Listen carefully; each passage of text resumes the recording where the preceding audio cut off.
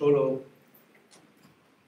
media tarde pensando, y sin haber visto nada, girar el rostro hacia una alcantarilla y ver una rata. No lo habías visto, pero algo te llevó allí, como si se discerniera un peligro. Ver a alguien que te viene sonriendo y que hay un sentir dentro de tu corazón pensando que me quiere asesinar. Que en un beso se vea una traición y que en una bofetada se vea amor. Eso se llama discernir. Amén. La iglesia ya no ve la rata en la calle. La iglesia no ve que un beso sea una traición. La iglesia ya no discierne que una bofetada puede ser puro amor. La iglesia no tiene discernimiento. La teología nos mató, nos asesinó. Mató el espíritu, mató la vida de Dios, con todo lo bueno que es la teología. En unos días nos enfrentaremos a algo que hay que discernir, que ya está en acción.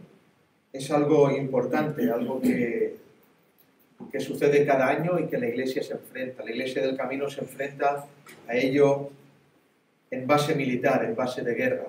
Es que en unos días ya el mundo está disfrazando las tiendas, los escaparates, los anuncios acerca de Halloween. Y en unos meses, unas semanas, ya tendremos, después de esta batalla, la gran batalla del año, que es la Navidad.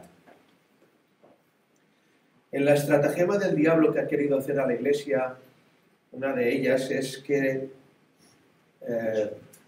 uno no discierna nada de esto, que viva pendiente de 4 mensajes, 4 estructuras religiosas y que no viva pendiente de estos gravísimos pecados o este gravísimo pecado que es la idolatría. Amén. La estratagema del enemigo y de la Iglesia hoy día ha sido tan certera y tan sagaz en su maldad que ha elevado la interpretación del pecado de idolatría y ha menguado el verdadero significado del pecado. ¿Me explico? Hoy la idolatría es idolatrar un trabajo. Hoy la idolatría es idolatrar a la familia. Hoy la idolatría es postrarse delante de un Cristo. Hoy la idolatría es idolatrar a un hijo, a un nieto. Y eso es la interpretación o la aplicación interpretativa del pecado de la idolatría. Es idolatría, todo lo que sustituye a Dios. Pero en la Biblia la idolatría no es eso. No hay ningún caso de idolatría de sí. En la Biblia la idolatría son celebraciones, en la Biblia la idolatría son ídolos, en la Biblia la idolatría son costumbres de naciones paganas en contra de la palabra del Señor. 1 Corintios 10:14, Nuevo Testamento, por tanto, amados míos, huid de la idolatría. Y es bueno refrescar cómo tenemos las armas de esta guerra. He dicho que la Iglesia ha elevado la interpretación y la aplicación de idolatría a cosas que la Biblia nunca habla y ha menguado, ha escondido, ha tratado de eliminar el pecado flagrante y real que es la idolatría. Es como si Jesús, en su aplicación a lo que es el adulterio, elevara el mirar a una mujer por encima de irse con ella. Voy a repetir. Es como si Jesús en Mateo 5 estuviera hablando del adulterio y dijera, no solamente es irse con una mujer, sino el que la miró ya adulteró. Es adulterio, ciertamente, pero ¿deja de ser adulterio irse con una mujer o con un hombre? No, es adulterio igual. Amén. Es idolatría idolatrar a un hijo. pero es idolatría celebrar lo que los ídolos mandan. Amén. El pecado original en la palabra del Señor de idolatría no es idolatrar a un niño. El pecado original es las celebraciones idólatras. Establecemos como recurso primario y voz de Dios la Escritura como palabra de Dios. Por desgracia, esta pregunta se debe hacer siempre hoy antes de hablar con un cristiano. Cuando hablas con un cristiano acerca de esto, primero tienes que preguntarle si cree que la Biblia es la palabra de Dios. Parece obvio, pero no lo es. Amén. Hoy la Biblia no es la palabra de Dios. La Biblia es algo que se usa para decir lo que los hombres quieren decir, Amén. como palabra de Dios. Pero cuando la Biblia habla cosas que no interesan, no interesa citar lo que la Biblia dice. Entonces, establecemos que este libro, 66 libros, un compendio imposible de que un hombre pueda hacer esto, ni que 1000 hombres puedan hacerlo. Esto es la palabra de Dios. Y esto es lo que manda absolutamente todo. Rige nuestras normas, manda en nuestra vida, nos moldea el carácter, el comportamiento. Es la palabra de Dios. La Biblia dice de ella misma que la suma del Salmo 119, 160, la suma de tu palabra es la verdad. Amén. No un texto sí y otro no. Amén. No esto sí y aquello no. Brutal. No por aquí sí, pero por allá no. Sino la suma, el compendio. Amén. Toda la palabra es la verdad. Amén. Cabe destacar, y es importante decir, que cuando el salmista dijo la suma de tu palabra es la verdad, nunca habló del Nuevo Testamento. Así es. Porque el Nuevo Testamento no existía. Nosotros tenemos el Nuevo Testamento como la suma de su palabra, los evangelios como la suma de su palabra, las cartas como la suma de su palabra. Pero cuando la Biblia decía que la suma de su palabra era la verdad, solamente era el Antiguo Testamento. De hecho, lo dice el mismo apóstol Pablo habla de esto. ¿Cómo? Pablo, sí, el apóstol de la gracia, el que predicó las doctrinas de la gracia. Segunda de Timoteo 3:16. Toda la Escritura es inspirada por Dios y útil para enseñar, para redarguir, para corregir y para instruir en justicia. Yo había dicho amén. Amén. ¿Qué significa eso, hermano mío? Significa que el apóstol Pablo, a la toda Escritura, nunca pensó que sus cartas lo serían. Bien, os doy otra oportunidad. El apóstol Pablo nunca pensó que sus cartas lo serían. Nunca lo pensó. Nunca pensó que lo que él escribiría entraría en toda la Escritura inspirada por Dios. Cuando el apóstol Pablo dijo toda la Escritura es inspirada por Dios, Timoteo, estaba hablando del Antiguo Testamento. Está hablando de los 5 primeros libros de la palabra, está hablando de los libros sapienciales, está hablando de los libros históricos, está hablando de los salmos, está hablando de los de Primera de Reyes, de Primera de Crónicas, está hablando de Levítico, está hablando del Antiguo Testamento, de los profetas, de Isaías, de Oseas. Esa era la Escritura para Pablo que estaba inspirada por Dios. ¿Qué significa inspirada por Dios? Inspirada por Dios no significa una inspiración revolutiva, no. Inspirada por Dios, el apóstol Pablo estaba señalando a un lugar para hablar de lo que tenía que hablar. La palabra inspirada significa respirada o soplada. El apóstol Pablo estaba indicando, estaba apuntando al Edén para hablar de estos libros de aquí atrás. Pablo estaba diciendo, los libros de atrás son el soplo de Dios, ¿para qué? Para nuestra vida. Lo mismo que hizo Dios en Edén y sopló en Adán y le dio vida, es la palabra de Dios para nosotros. El Tanaj, el Antiguo Testamento, De hecho, cuando el apóstol Juan habló de que en el principio era el verbo con Dios y el verbo era Dios, el dabar, la palabra, nunca pensó Juan que lo que estaba escribiendo entraría en esa definición. ¿No lo entendéis? Nunca Juan entendió de que en lo que él estaba escribiendo, su evangelio y Apocalipsis, entraría en la definición de que era el verbo de Dios. Juan escribía sin saber que estaba escribiendo el verbo. Ya podríamos plegar, ¿no? Ya vale. Ya vale. Pero como establecemos la palabra del Señor como la única regla para el cristiano, la única verdad infalible, inalterable, entendemos que la Iglesia ha tratado de esconder ese pecado. Y os pido, por favor, que pidáis a Dios discernimiento. Porque en estos días que vienen pasarán cosas, no me encuentro bien, no sé qué me pasa. Es normal. Hay una guerra entre la oscuridad y la luz.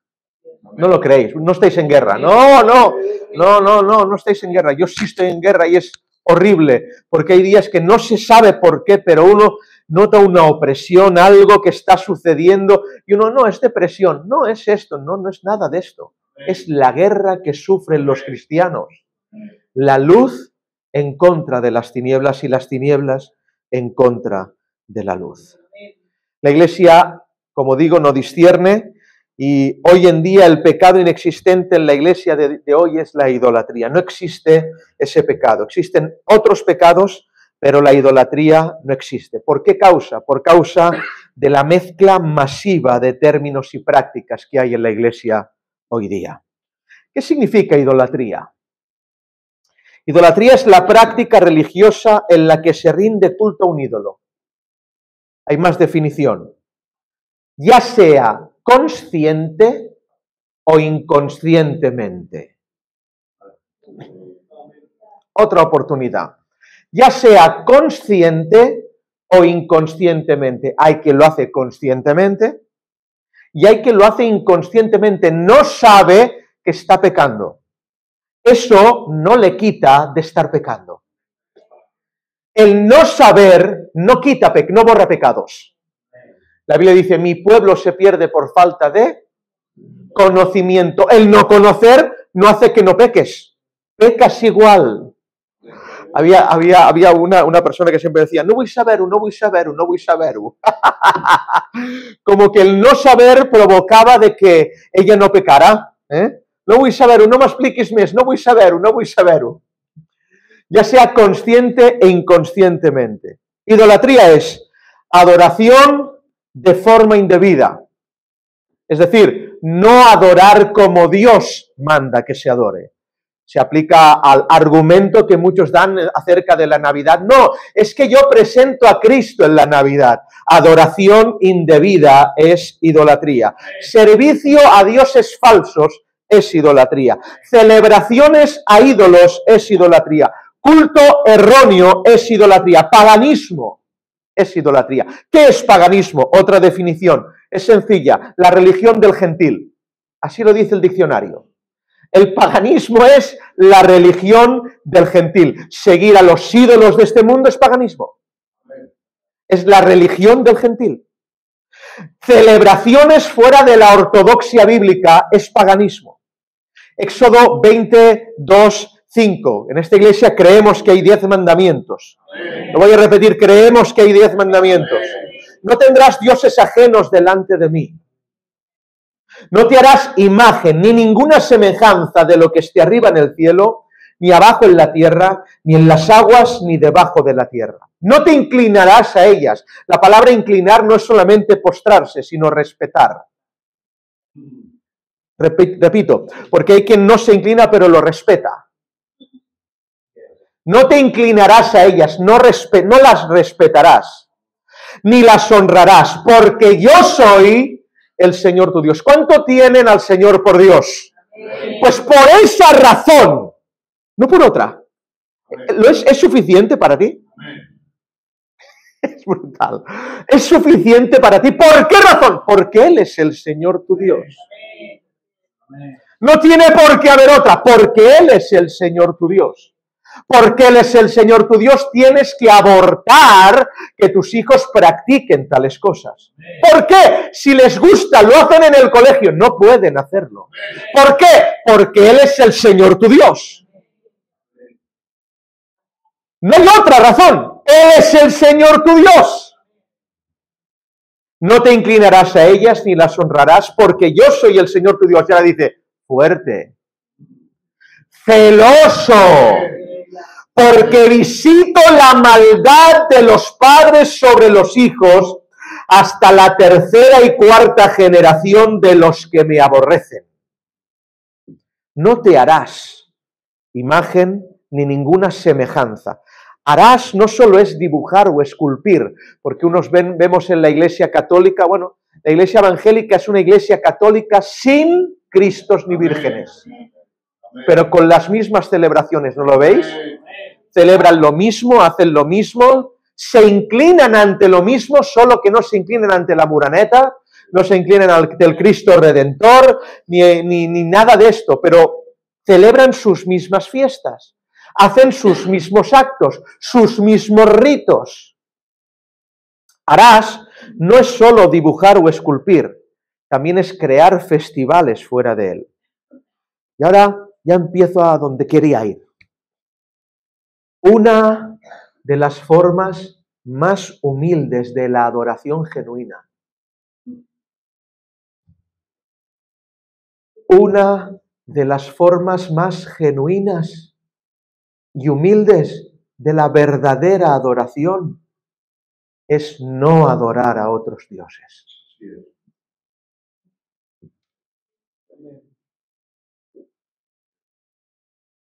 Piense, medite. Una de las formas más genuinas no es hacer un ayuno de 24 horas. Una de las formas más verdaderas no es orar cada día 3 veces. No es levantar las manos y cantar. Una de las formas primigenias más verdaderas y genuinas para adorar al Dios de la Biblia es no postrarse ni respetar las celebraciones de otros dioses. Porque hay quien ora 3 veces al día y se inclina ante la estatua. Hay quien ayuna y se inclina ante la estatua. Acordaros de aquellos 3 en Babilonia. La adoración, quizás predique otro día ya veremos. La adoración no vino por postrarse, la adoración vino por no postrarse. ¿No lo entendéis? O sea, todos se postraron ante la estatua, a quien adoraron a la estatua. ¿Quiénes adoraron a Dios? Los que no se postraron.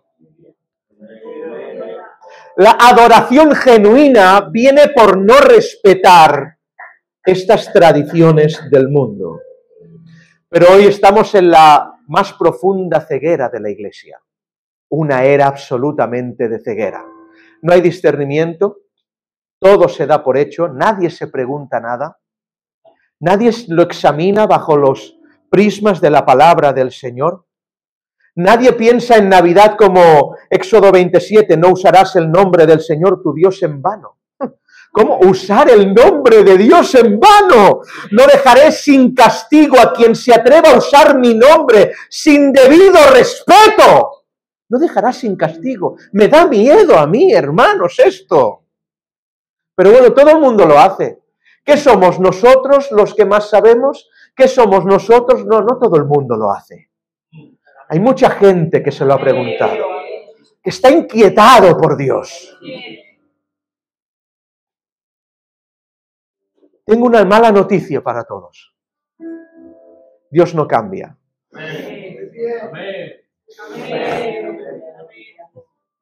Si tu Dios es capaz de cambiar mandamientos, no es el Dios de la Biblia. El Dios de la Biblia no cambia, porque los mandamientos son su reflejo de carácter. El reflejo de carácter de Dios se refleja en los mandamientos. Luego, si cambia mandamientos, si antes había idolatría y ahora este Dios no es el mismo Dios. Es otro Dios, no es el Dios de la Biblia. La Biblia dice en Hebreos 13:8, Jesucristo es el mismo, ayer y hoy y por los siglos. Significa que estuvo ayer, dice el autor de los Hebreos. Significa que estuvo ayer, y ayer no es ayer de viernes, ayer es todo el ayer. Ayer es el ayer en Edén, ayer es el ayer en Noé, ayer es el ayer en el diluvio, ayer es el ayer en Horeb, ayer es el ayer en el Sinaí. Ayer era el mismo. Hoy es el mismo, y escúchame, lo siento. Tu pena, tus ganas de celebrar no le van a cambiar. No le van a cambiar. La tendencia del mundo no le va a cambiar. Aunque lo digan las escuelas, no le van a cambiar. Aunque lo propaguen por la televisión, no lo van a cambiar, porque mi Dios es el mismo. Ayer y hoy y por los siglos. ¿Dónde están los que contrastan las palabras que estoy diciendo como los de Berea, que eran más nobles que todos los demás por las Escrituras? ¿Dónde están los que han entendido el juego de Dios entre Israel y la Iglesia? La amalgama entre de los dos pueblos hizo uno. ¿Dónde están los que hablan del capítulo prohibido de la Biblia? Hay un capítulo prohibido por la Iglesia. Nadie habla de 1 Corintios 10. Nadie, no escucharéis a ningún expositor, que para mí un expositor sigue siendo un aparador, es un expositor. Los expositores no hablan de 1 Corintios 10, porque está prohibido hablar de ese capítulo de la Iglesia. Así como Israel no habla de Isaías 53, Israel no puede hablar del siervo escogido, no puede hablar del que maltrataron, no puede hablar, pero tampoco la Iglesia habla de 1 Corintios 10, donde dice, estas cosas que sucedieron en antaño son como ejemplos para nosotros, para que no codiciemos cosas malas, como ellos, Israel, codiciaron, ni seáis idólatras, como algunos de ellos, según está escrito, se sentó el pueblo a comer y a beber, y se levantó a jugar. Esto no lo habla nadie. Una pregunta, hermanos. En 1 Corintios 5, cuando el apóstol Pablo habla de que no nos sentemos con los que llamándose hermanos fueren idólatras, ¿cómo se puede estar en una iglesia y ser idólatra? ¿Creéis que los idólatras de los cuales Pablo hablaba se postraban ante un Cristo? ¿Se postraban ante Diana de los Efesios? No, hermanos, hacían lo mismo que hace la iglesia hoy. Se dejaban seducir por la corriente pagana. Y a esos Pablo los llama idólatras. Dice, no os podéis sentar con ellos. No pues lo dice Pablo, es que lo dice, lo resalta, lo reescribe. Dice, no con los idólatras del mundo. Usted se puede sentar con alguien que esté en el mundo y que celebre todo esto para predicarle el evangelio. Dice, con los que llamándose hermanos son idólatras. Estoy seguro que en Corintios no había alguien que iba con la estatuilla de Éfeso por la calle. Igual que hoy en la iglesia no irá nadie con un crucifijo por la calle, ¿verdad? Pero estoy seguro que había gente en Corinto que decía, bueno, no pasa nada de esto. Es una vez al año. A los niños les gusta. No hacemos nada de mal, Pablo dice, no te sientes con ellos. 1 Corintios 10, el capítulo prohibido, dice que los ejemplos eran para que nosotros no caigamos en las mismas cosas. ¿Y qué dice?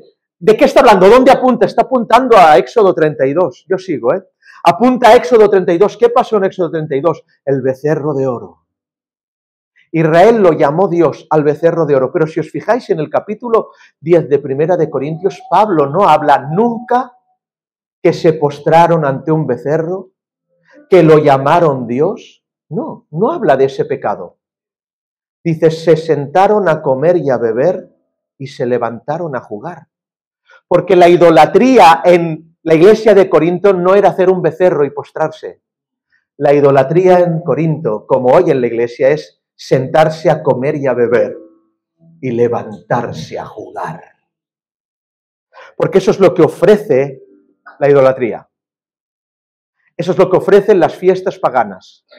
Eso es lo que ofrece el enemigo en la corriente de este mundo. Dios no se queja en 1 Corintios 10, de hacer un becerro y postrarse a él. No veréis a ninguna iglesia hacer un becerro y postrarse a él, pero veréis a la mayoría de iglesias y de cristianos comer y beber y levantarse a jugar en las fiestas paganas. Nos encanta verlo vestido así. Nos encanta jugar y vestir las cosas de emociones. Nos encanta el pecado de comer y beber. No lo llamamos pecado, no lo vemos pecado. No vemos pecado que una niña se vista en Halloween. No vemos pecado que hacen lo de los caramelos, ¿no? O algo así, ¿no? No vemos, esto ya está aquí, era americano, ya está aquí. Lo hacen los colegios, y las iglesias, lo hace todo el mundo, hermanos. Los festivales idólatras están vestidos de juegos, todos. Animación para los niños y envoltorio de sentimientos. Y digo lo que he dicho muchas veces. El querer señalar como cristiano que Halloween es una fiesta pagana idólatra y no señalar la Navidad es querer estar señalando al dragón y no la serpiente. Señalo al dragón como malo, pero la serpiente no. Porque el dragón lo ves muy grande, ¿verdad? Cuando en realidad Halloween es la serpiente, el verdadero dragón es la Navidad. 1 Corintios 10:11, estas cosas les acontecieron como ejemplo y están escritas para amonestarnos. ¿Queréis ser amonestados? Amonestarnos a nosotros, a quienes han alcanzado el fin de los siglos. ¿A cuántos han alcanzado el fin de los siglos? Estas cosas son para nosotros. No son para otros, son para nosotros. Por eso dice el apóstol Pablo, por tanto, amados míos, ¿qué dice? Huid de la idolatría. Importante el verbo que usa. No dice resístela. No dice pasa de ella. No dice si está en tu casa no mires. No dice si los hagas, si lo hacen tus hijos no pasa nada. Dice huid. ¿Saben que es el mismo verbo que se usa en aquel texto huid de la tentación? ¿No? ¿Entendéis? Huid de la tentación. ¿Y saben qué dice también el otro apóstol cuando está hablando acerca de estos temas? Dice, someteos a Dios, resistid al diablo y el diablo ¿qué? Huirá. Fíjense que al diablo se le puede resistir. ¿No lo entendéis? Al diablo se le puede resistir con una condición, si te sometes a Dios. No riguis, home. Si te sometes a Dios, puedes resistir al diablo. Es la única manera se le puede resistir al diablo. Uno puede pelearse con el diablo, pero no dice ni mandan los apóstoles que resistamos la idolatría. Dice que huyamos. Como que fuera una tentación, como que es algo muy malo, como que es algo muy peligroso. Y claro, los que se someten a Dios resisten al diablo. Los peligrosos son ellos, porque el diablo dice que huye de los que se someten a Dios. En 2 Corintios no hay más hipocresía que esta. 2 Corintios ahora en el capítulo 6, verso 14 dice, no os unáis en yugo desigual con los incrédulos. ¿Qué hace la iglesia? Se une en yugo desigual con los incrédulos. Ah, no, pero pastor, esto no era para los matrimonios. Nunca este texto ha sido para los matrimonios.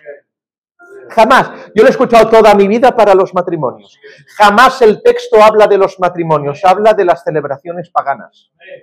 No os unáis en yugo desigual con los incrédulos, porque ¿qué compañerismo tiene la justicia con la injusticia? ¿Qué compañerismo hay? ¿Y qué comunión la luz con las tinieblas? ¿Qué comunión? ¿Y qué concordia Cristo con Belial el demonio? ¿O qué parte el creyente con el incrédulo? ¿Y qué acuerdo hay entre el templo de Dios y los ídolos? No hay ningún acuerdo. Porque vosotros sois templo del Dios viviente. Esto sí que lo queremos, ¿eh? Somos templo del Dios viviente, ¿eh? Pero si eres templo, ¿qué comunión hay entre el templo de Dios y los ídolos? Así como dijo Dios, habitaré y andaré entre ellos y seré su Dios y ellos serán mi pueblo. Por lo cual, ¿qué dice? Salid de en medio de ellos. Nos toca salir, apartarnos, santificarnos. Dice el Señor, y no toquéis lo inmundo, y yo os recibiré, y seré para vosotros por Padre, y vosotros me seréis hijos e hijas, dice el Señor Dios Todopoderoso. ¡Qué hipocresía! Cómo han descatalogado este texto, lo han quitado, lo han desquintado y solo lo han aplicado al matrimonio, a la unión entre dos personas. Nunca lo han aplicado a las celebraciones que no tienen que ser celebradas. Iglesia, mensajes para la iglesia. Habla el ángel de la iglesia en el capítulo 2, verso 20 de Apocalipsis. Pero tengo unas cosas pocas contra ti, iglesia. ¿Cuáles?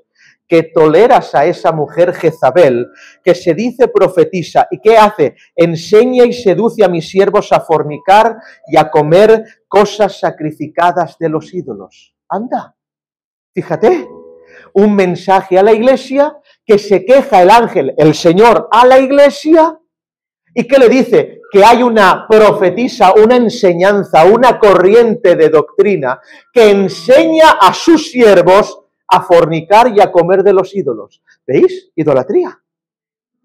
No es Antiguo Testamento, es Nuevo Testamento. Y la palabra que me impacta es que toleras a esa mujer. Es impactante. Bueno, que cada uno haga lo que quiera, toleras. Bueno, cada uno es libre de hacer, libre albedrío, toleras. Bueno, yo no digo nada en mi casa, toleras. Se queja Dios por la tolerancia de la iglesia. La iglesia no es tolerante con el pecado. La iglesia verdadera no practica este tipo de fe. Hoy día la iglesia lo tolera todo, cuando Dios se queja de que la iglesia tolera. Hechos 14:12, esto es muy largo. Bernabé llamaban Júpiter y a Pablo Mercurio. Cuando les vieron hacer milagros, es Júpiter y Mercurio. ¿Y saben qué les hicieron? Empezaron a traerles guirnaldas. Escuchen, hermanos, no les daban palos. Les traían guirnaldas. ¿Yo saben qué hubiera hecho? Pero bueno, que me llamen Júpiter y Mercurio. Es una puerta abierta de Dios para que yo les pueda predicar el evangelio. Ellos no hicieron eso. Cuando les llamaron Júpiter y Mercurio, se rasgaron las vestiduras y dijeron, no nos digáis esto, que esto es idolatría. Y cuando traían las guirnaldas, lo aborrecían.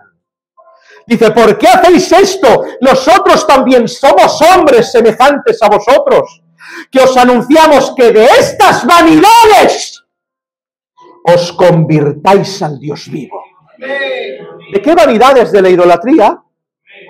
Eran inconversos que hacían culto a Júpiter y a Saturno y a Mercurio y se tenían que convertir al Dios verdadero. ¿Qué pasa? Que cuando uno se convierte al Dios verdadero ya no hace culto a Júpiter y a Saturno, ya no celebra sus fiestas, ya no hace sus festivales. Y cuando vieron que predicaban esto, vinieron unos judíos y los apedrearon. Que es fuerte, ¿no? ¿Qué conflictos tenían? Tenían conflictos por predicar de la idolatría, no las doctrinas de la gracia. Hola, ¿estáis aquí? Lo voy a repetir. Tenían conflictos por predicar de la idolatría, los apedrearon, espérate, más fuerte. Apedrearon a Pablo a tal forma que creían que había muerto y lo arrastraron fuera de la ciudad. ¿Por qué lo apedrearon? Por predicar de la idolatría, no de las doctrinas de la gracia. No de teología. De la idolatría. Claro, hoy no nos apedrean porque no predicamos esto. Los grandes expositores nunca hablan de esto. Por eso les traen guirnaldas. Porque es un gran negocio. Como dice el capítulo 19 de Hechos, en el verso 26 al 28, grandes Diana de los Efesios, no nos tiréis abajo este negocio. Y todos aquellos que hablan de esto, intentan tirar abajo el negocio, les traen palos, hermanos míos, y piedras. Hechos 15:20, el concilio de Jerusalén, se reúnen los discípulos. Hemos visto bien el Espíritu Santo y nosotros que se les escriba a los gentiles que se aparten de fornicación, de ahogado, de sangre y de idolatría. Pero nadie habla de esto. ¿Discerniréis estos días la oscuridad? Siempre pasan cosas en este tiempo. Siempre ocurren cosas. Intentaré ir a la recta final. En una ocasión el apóstol Pablo en el capítulo 17 está en Atenas y dice en el verso 16, mientras Pablo los esperaba, unos discípulos en Atenas, su espíritu se enardecía viendo la ciudad entregada a la idolatría. ¿Cómo? Estaba esperando Pablo en Atenas, ¿os imagináis? Por ahí, por el Areópago, en Atenas esperando unos discípulos, y cuando estaba mirando las calles, se enardecía dentro de él, viendo a la ciudad. ¿Qué ciudad? ¿Era Jerusalén? ¿Era Belén? No, era Atenas. Atenas estaba llena de idolatría. Bueno, era lo normal, porque eran idólatras. Eran griegos idólatras. Se enardecía viendo la ciudad entregada a la idolatría. Se enardecía viendo a los inconversos hacer cosas de inconversos. Repetición. Se enardecía viendo a los inconversos hacer cosas de inconversos. ¿Qué le pasaría hoy a Pablo si levantara la vista y la mirada y viera a los cristianos hacer cosas de inconversos? Si se enardecía viendo a los inconversos idolatrando, ¿qué pensaría cuando viera a las iglesias idolatrando? No se podría creer, hermanos. Diría, ¿tan mal enseñé? ¿Tan mal lo hice? La ciudad inconversa es normal, pero que los cristianos lo hagan, ¿qué haría Pablo si lo hicieran los cristianos? Esto está avisado durante toda la historia bíblica. Lo avisa el Señor a Ezequiel cuando habla de incluso los extranjeros que moran en Israel no pueden practicar tales cosas. En el capítulo 14, ídolos en el corazón y los extranjeros. Lo dice el Señor en Deuteronomio 12:29. Fijaros esta, por eso dice huid de la idolatría. Fijaros lo que dice el Señor. Por eso Pablo creo que señala este texto, está pensando en este texto. Miren, dice, cuando el Señor haya destruido delante de ti las naciones a donde tú vas para poseerlas, y las heredes y habites en su tierra, guárdate que no tropieces yendo en pos de ellas después que sean destruidas delante de ti. ¿No estaban destruidas? Cuando yo te las dé y las hayas destruido, cuídate en no ir en pos de ellas. Pero si ya no están. Los ídolos, aun destruidos, tienen poder. Aun después de destruir las ciudades, tienen poder. Por eso Pablo no dice resiste la idolatría, dice huye. Huye, pira, vete. Destruidas y aún vencidas, aún pueden hacer estragos. Por eso no te relajes. Yo sé que has creído, pero no te relajes. No te relajes en esto. Y de la manera que hacían, hacen hoy. Así hacen hoy de la misma manera que hacían las naciones antiguas. Rendir culto a un ídolo. ¿Cómo se le rinde culto a un ídolo? ¿Cómo se hace? Es fácil. Como el ídolo quiere. Esa es la respuesta. ¿Cómo se le hace culto a un ídolo? Como el ídolo quiere. Los ídolos, las vírgenes, la Moreneta, quiere que se le haga culto yendo ahí besando su mano, ¿vale? Subir a Montserrat, ¿está bien? Pero hay otros ídolos que no son tan complicados, que quiere que se le haga culto vistiendo a tus hijos, haciendo regalos, sentándote en una mesa con tu familia y siendo tan hipócrita que invites al primo que durante todo el año no le haces ni caso, pero ese día sí que le haces caso. Así quiere el ídolo que lo celebres. Rendir culto a un ídolo, ¿cómo? Como el ídolo quiere. Las fiestas idólatras son los mandamientos encubiertos del diablo. Son mandamientos del diablo que todo el mundo cae en ellos. Y no es necesario ponerse de rodillas para adorar. No vea la idolatría con ese acto de ponerse de rodillas. No es eso. La semana pasada supimos que cómo adoró David en cama. ¿Adoró? Sí. ¿Cómo? En cama. No se necesita estar de rodillas para adorar. Como el ídolo quiere que se le adore, así es adorar. Adorar a Dios no solo es ponerse de rodillas. ¿Cómo se hace? O sea, ¿se adora a Dios cuando uno toma la Santa Cena? Se adora a Dios cuando uno toma la Santa Cena y no te estás poniendo de rodillas. ¿Se adora a Dios cuando uno predica la palabra? Se adora a Dios cuando uno predica la palabra y no te estás poniendo de rodillas. Aplicarlo a cada una de las facetas de nuestra vida. La celebración a la forma que el ídolo quiere de las fiestas paganas es la exaltación pública y visible del diablo que la Iglesia no discierne. Y termino. ¡Tatán, tatán! ¡Tatán, tatán, tatán! a toda persona del reino de Babilonia, le es sabido que esta tarde en la plaza principal, al sonido de toda bocina, de todo salterio, de toda arpa, zampoña y decacordio, todos se deben postrar ante la estatua del gran rey Nabucodonosor. Pasa una hora, es igual, 2 días.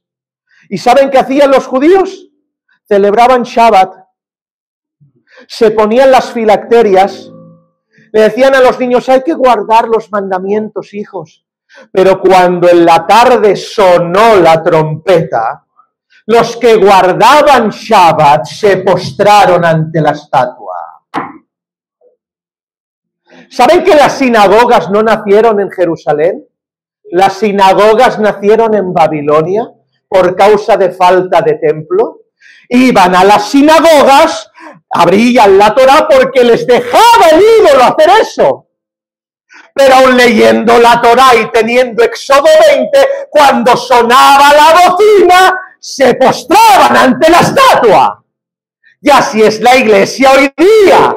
Tienen la Biblia en el púlpito, dicen que son cristianos, pero cuando suena la bocina, se postran ante la estatua.